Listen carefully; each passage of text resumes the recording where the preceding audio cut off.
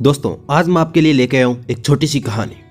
इस कहानी को अंत तक जरूर देखिएगा, क्योंकि छोटी छोटी कहानियाँ जिंदगी में जरूर बदलाव लाती है। क्योंकि हर बड़ी सफलता के पीछे छोटी छोटी सफलताओं का हाथ होता है। दोस्तों, ये बहुत समय पहले की बात है। एक गांव में एक राजा था। राजा की समस्या दिन प्रतिदिन बढ़ती जा रही थी। उम्र के साथ साथ उसकी समस्या भी बढ़ती जा रही थी। उसके 3 पुत्र थे। उसकी समस्या यह थी कि वह उन 3 पुत्रों में से किसको उत्तराधिकारी नियुक्त करे। उन 3 पुत्रों में कौन सर्वश्रेष्ठ है जो उत्तराधिकारी के लिए सर्वश्रेष्ठ होगा। राजा ने उन तीनों पुत्रों की परीक्षा लेने की सोची। अगले ही दिन राजा ने उन तीनों लड़कों को दरबार में बुलाया। अब राजा ने तीनों को 10-10 स्वर्ण मुद्राएं प्रदान की और तीनों से कहा कि आपको अपने हिसाब से एक एक कमरा भरना है। इन 10 स्वर्ण मुद्राओं का यूज आपको एक कमरा भरने में करना है। आपके पास कल तक का समय है। अगले दिन राजा अपने मंत्रियों के साथ तीनों लड़कों के पास पहुंचे। उन्होंने देखा कि पहले लड़के ने अपने कमरे को रुई से भर दिया था। उसने पूरे कमरे में रुई रुई कर दी थी, जो कमरा लबालब भरा हुआ था।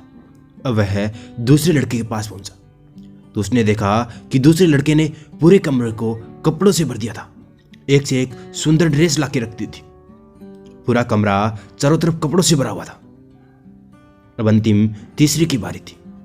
अब राजा और उसके मंत्री तीसरे लड़के के पास पहुंचे। उन्होंने देखा कि उस तीसरे लड़के ने पूरे कमरे में एक दीपक रखा था और घंटियां टांग रखी थी।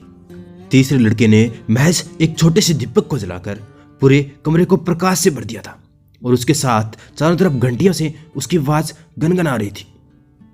उनके शोर से कमरा गूंज रहा था। अब राजा तीनों के कमरे देखकर चुपचाप वापस लौट आए।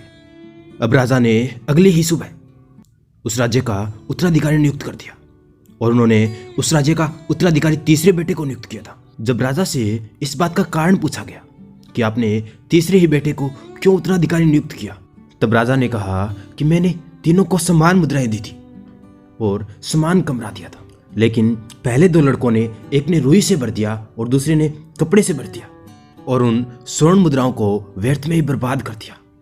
जबकि तीसरे लड़के ने एक छोटे से दीपक से जलाकर उस कमरे को भी उसके प्रकाश से भर दिया। उसकी यही समझदारी उसे एक राजा बनाती है।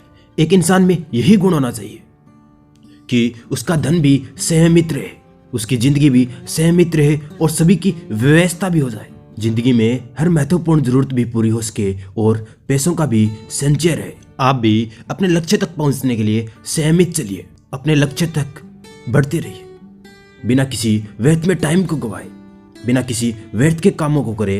अपने सिर्फ और सिर्फ लक्ष्य की तरफ ध्यान कीजिए। ये कहानी आपको कैसी लगी हमें कमेंट बॉक्स में जरूर बताएं। जल्द ही मैं मिलूंगा आपसे एक नई कहानी, एक नए किस्से के साथ। यह कहानी आपको अच्छी लगी है तो इसे लाइक करें और हमारे चैनल को सब्सक्राइब करें। हमेशा मुस्कुराते रहिए।